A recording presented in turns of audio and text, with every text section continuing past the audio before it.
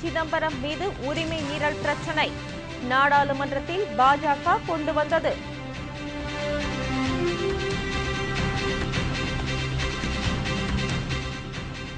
சசிகலா மற்றும் குடும்பத்தினரை ஜெயலலிதா வெளியேற்றியது ஏன்?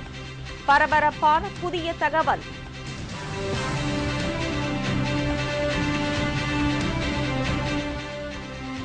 கேரளாவிற்கு லாரிகள் செல்வது நாளை அடியோடு நிறுத்தம். லாரி உரிமையாளர்கள் அறிவிப்பு.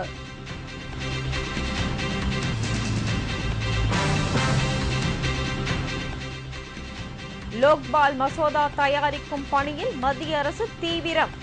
கடும் நெருக்கடி கொடுக்கிறார் அண்ணா ஹசாரே.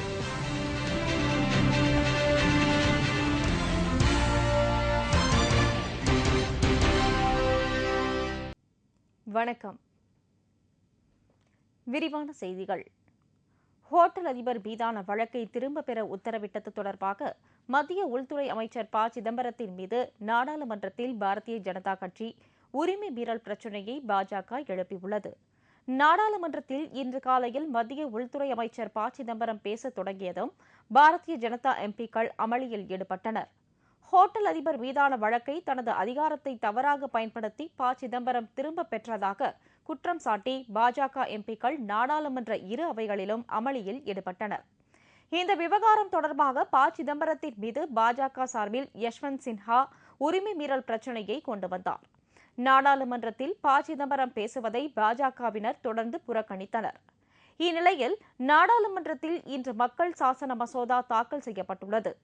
ஆனால் மக்கள் சாசன மசோதாவை லோக்பால் மசோதா வரம்பிற்குள் கொண்டுவர வேண்டும் என்றும் இதற்கென தனியாக மசோதா கொண்டுவரக்கூடாது என்றும் அண்ணா ஹசாரே குழுவினர் வற்புறுத்தி வருகின்றனர் என்பது குறிப்பிடத்தக்கது. ஜெயலலிதா சசிகலா இடையே மோதல் ஏற்பட்டது ஏன் என்பது குறித்து புதிய தகவல் கிடைத்துள்ளது. ஜெயலலிதா அரசியலுக்கு வந்தபோது அவருக்கு எம்ஜிஆரின் ஆதரவு இருந்தது. எம்ஜிஆர் மறைவிற்கு பிறகு கட்சியில் ஆர்.எம். வீரப்பன் கோஷ்டியின் கை ஓங்கியிருந்தது. ஆட்சி அதிகாரம் வி.என். ஜானகியிடம் இருந்தது. இந்நிலையில் அரசியலில் தாக்குப்பிடிக்க முடியாது என்று கருதிய ஜெயலலிதா அரசியலில் இருந்து விலக முடிவு செய்திருந்தார். அப்போது அவருக்கு பக்க பலமாக இருந்தது சசிகலா, அவரது கணவர் நடராஜன், முன்னாள் அமைச்சர்கள் திருநாவுக்கரசர், கே.எஸ்.எஸ். ராமச்சந்திரன் போன்றவர்கள். அதன் பிறகு ஜெயலலிதாவின் அரசியல் செயல்பாட்டிற்கு சசிகலா கோஷ்டி உறுதுணையாக இருந்தது. ஜெயலலிதா ஜானகி அணி இணைவதற்கு நடராஜன் பெரிதும் உதவினார். ஜெயலலிதா முதலமைச்சரான பிறகு கூட கட்சியில் தனது மனைவிக்கு உரிய அங்கீகாரம் வழங்கப்படவில்லை என்பது எம். நடராஜனின் வருத்தம். ஜெயலலிதா, சசிகலா, இளவரசி உள்ளிட்டோர் மீது பெங்களூர் தனி நீதிமன்றத்தில் சொத்து குவிப்பு வழக்கு நடைபெறுகிறது. ஜெயலலிதா வழக்கு விசாரணைக்கு சென்றுவிட்டு வந்த பின் சசிகலா, இளவரசி, தினகரன், சுதாகரன் போன்றோர் ஒரு கோஷ்டியாக பெங்களூர் நீதிமன்ற விசாரணைக்கு சென்றனர். அங்கு சசிகலா குடும்பத்தினர் 2 நாட்கள் நட்சத்திர ஹோட்டலில் தங்கியிருந்த போது நடந்த நிகழ்வுகள் ஜெயலலிதாவிற்கு உளவுத்துறை மூலம் தகவல் கிடைத்துள்ளது. கொடைக்கானல் ஹோட்டல் வழக்கில் ஜெயலலிதாவிற்கு சிறை தண்டனை விதிக்கப்பட்ட போது ஓ. பன்னீர்செல்வம் முதலமைச்சரானார். இந்த முறை சொத்து குவிப்பு வழக்கில் ஜெயலலிதாவிற்கு தண்டனை விதிக்கப்பட்டால் முதலமைச்சர் பதவி தங்கள் குடும்பத்திற்கே வர வேண்டும் என்ற கருத்து சசிகலா குடும்பத்தினரால் அப்போது பேசப்பட்டதாக தெரிகிறது.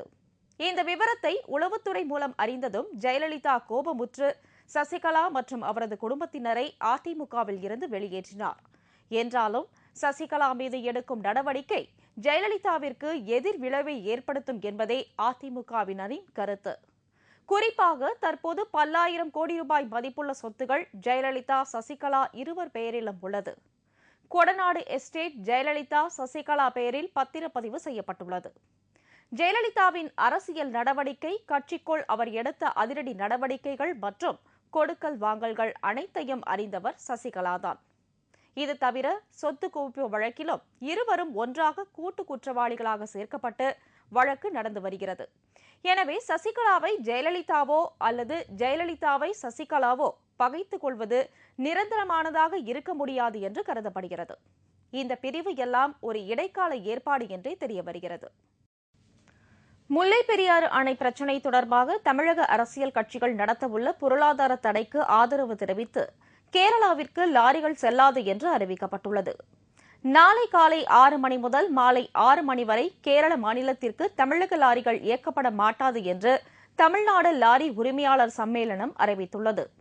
கேரளாவிற்கு தமிழகத்தில் இருந்து காய்கறிகள், அரிசி போன்றவை அனுப்பப்படாததால் அங்கு இந்த பொருட்களின் விலை உயர்ந்துள்ளது.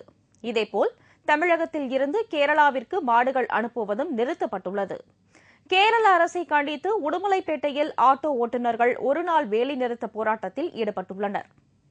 முல்லை பெரியாறு அணை விவகாரம் தொடர்பாக வந்தவாசியில் அம்பேத்கர் ஆட்டோ ஓட்டுநர்கள் சங்கம் சார்பில் உண்ணாவிரத போராட்டம் நடைபெற்றது. இதில் ஏராளமான ஆட்டோ ஓட்டுநர்கள் கலந்து கொண்டனர். முல்லை பெரியாறு அணை பிரச்சினையில் தமிழக மக்களுக்கு ஆதரவு தெரிவித்து திருச்சி வாழ் கேரள மக்கள் மற்றும் வியாபாரிகள் ஆகியோர் வருகிற 22ஆம் தேதி முழு கடையடைப்பு போராட்டம் நடத்தப்போவதாக தெரிவித்துள்ளனர்.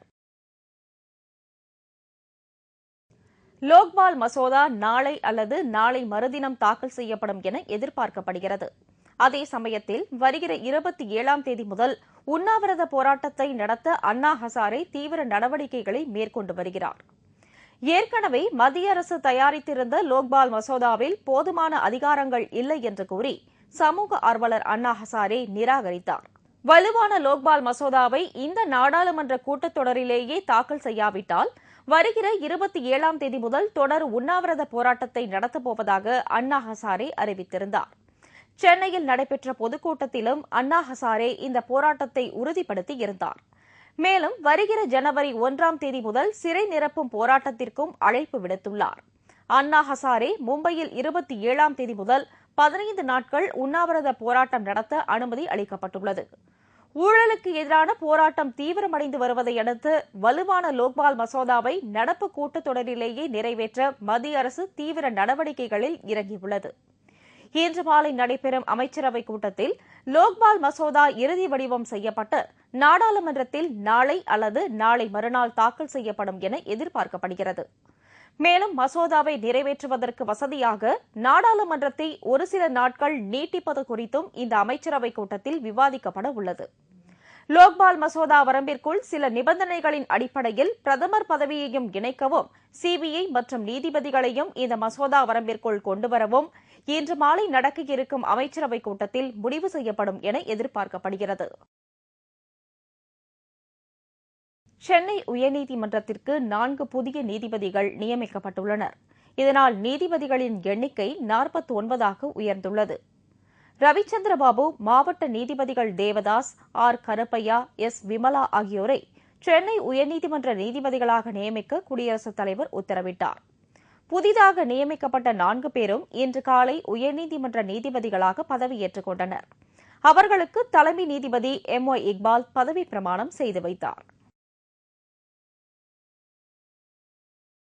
ஜெயலலிதாவின் தோழி சசிகலாவும் அவரது குடும்பத்தினரும் அதிமுகவில் இருந்து நீக்கப்பட்டதை அடுத்து சசிகலாவின் ஆதரவு அமைச்சர்கள் சிலர் பதவியில் இருந்து நீக்கப்படுவார்கள் என்றும் சிலரது இலாக்காக்கள் மாற்றப்படும் என்றும் தெரிய வருகிறது. குறிப்பாக அமைச்சர்கள் செந்தில் பாலாஜி, பச்சையம்மாள், டாக்டர் விஜய், வைத்திலிங்கம், கோகுல இந்திரா, அக்ரி கிருஷ்ணமூர்த்தி, மாதவரம் மூர்த்தி ஆகியோர் பதவிக்கு ஆபத்து ஏற்படும் என்று தெரிகிறது. சசிகலாவின் ஆதரவு MLAக்கள் 19 பேர் உள்ளனர். அவர்களை கண்காணிக்கும் முயற்சியிலும் அதிமுக மேலிடம் ஈடுபட்டுள்ளது. என்றாலும் ஆட்சி அதிகாரம் கையில் இருப்பதால் சசிகலாவின் ஆதரவாளர்கள் ஜெயலலிதா பக்கம் இருப்பதையே விரும்புவார்கள் என்று தெரிகிறது. இதனிடையே ஜெயலலிதா தன் மீது நடவடிக்கை எடுக்கப் போகிறார் என்பதை முன்கூட்டியே உணர்ந்த சசிகலா 2 கார்களில் தனது பொருட்களை ஏற்றிக்கொண்டு போயஸ் இல்லத்தில் இருந்து வெளியேறியதாக கூறப்படுகிறது. சென்னை அடையாறு, பெசன்ட் நகர் போன்ற பகுதிகளில் சசிகலாவின் குடும்பத்தினர் ஏகப்பட்ட வீடுகளை வாங்கியிருப்பதால் பொருளாதார அடிப்படையில் சசிகலாவின் குடும்பத்தினருக்கு எந்த இழப்பும் இல்லை என்பது குறிப்பிடத்தக்கது. சசிகலா நீக்கப்பட்டதை வரவேற்று சில இடங்களில் அதிமுகவினர் பட்டாசு வெடித்தும் இனிப்பு வழங்கியும் கொண்டாடினார்கள். காங்கிரஸ் கட்சி தொடர்ந்து ஊழலில் ஈடுபட்டு வருவதாலேயே நாடு பெரும் வறுமைக்கு தள்ளப்பட்டுள்ளது என்று பாரதிய ஜனதா கட்சி தலைவர் நிதின் கட்கரி தெரிவித்துள்ளார். மணிப்பூர் மாநிலம் இம்பால் நகரில் பாரதிய ஜனதா கட்சி சார்பில் மாபெரும் பேரணி நடைபெற்றது. அதன் பின்னர் நடைபெற்ற பொதுக்கூட்டத்தில் கலந்து கொண்டு பேசிய பாஜக தலைவர் நிதின் கட்கரி, மத்திய அரசு விலைவாசி உயர்வை கட்டுப்படுத்தவும் வேலையில்லா திண்டாட்டத்தை போக்கவும் தவறிவிட்டதாக குற்றம் சாட்டினார். காங்கிரஸ் கட்சி தொடர்ந்து ஊழலில் ஈடுபட்டு வருவதாலேயே நாடு பெரும் வறுமைக்கு தள்ளப்பட்டுள்ளதாக அவர் தெரிவித்தார். We are a rich nation with a poor population. हमारी गरीबी, भूखमरी, बेरोजगारी, महंगाई ये क्यों है? जब हम धनवान देश है तो हमारी जनता गरीब क्यों है? और इसका सबसे बड़ा कारण है कि दिल्ली से लेकर इंफाल तक कांग्रेस का जहां जहां भी शासन है वहां एक ही कार्यक्रम शुरू है, न जात पर न बात पर, सोनिया जी की बात पर खाओ. நமது நாடு செல்வம் மிகுந்த நாடாக விளங்கிய போதிலும் இந்த தேசிய செல்வத்தை ஏழை எளிய மக்களுக்கு முறையாக கொண்டு சேர்க்காமல் போனதால்தான் வறுமை தாண்டவமாடி வருகிறது என்று அவர் குறிப்பிட்டார். கூடங்குளம் அணுமின் நிலையத்தை உடனடியாக திறக்க வலியுறுத்தி தமிழகம் முழுவதும் இன்று சிறு மற்றும் குறுந்தொழில் நிறுவன சங்கத்தினர் வேலைநிறுத்த போராட்டத்தில் ஈடுபட்டனர். மின் பற்றாக்குறை காரணமாக சிறு தொழில்கள் பாதிக்கப்பட்டு வருவதாகவும், எனவே கூடங்குளம் அணுமின் நிலையத்தை உடனடியாக தொடங்க வேண்டும் என்று வலியுறுத்தியும் இந்த வேலைநிறுத்த போராட்டம் நடைபெற்று வருகிறது. வேலைநிறுத்த போராட்டத்தை அடுத்து சென்னை கிண்டி பகுதியில் உள்ள 2000க்கும் மேற்பட்ட தொழில் நிறுவனங்கள் இன்று மூடி கிடந்தன. சென்னை ஈக்காடு தாங்கலில் தமிழ்நாடு குறுந்தொழில் சிறுதொழில் நலச்சங்கத்தினர் ஆர்ப்பாட்டம் நடத்தினர். மின் பற்றாக்குறையை போக்கும் வகையில் கூடங்குளம் அணுமின் நிலையத்தை உடனே தொடங்க வேண்டும் என கோஷங்கள் எழுப்பினார்கள். இந்த வேலைநிறுத்த போராட்டம் தமிழகத்தின் பல்வேறு பகுதிகளிலும் நடைபெறுகிறது.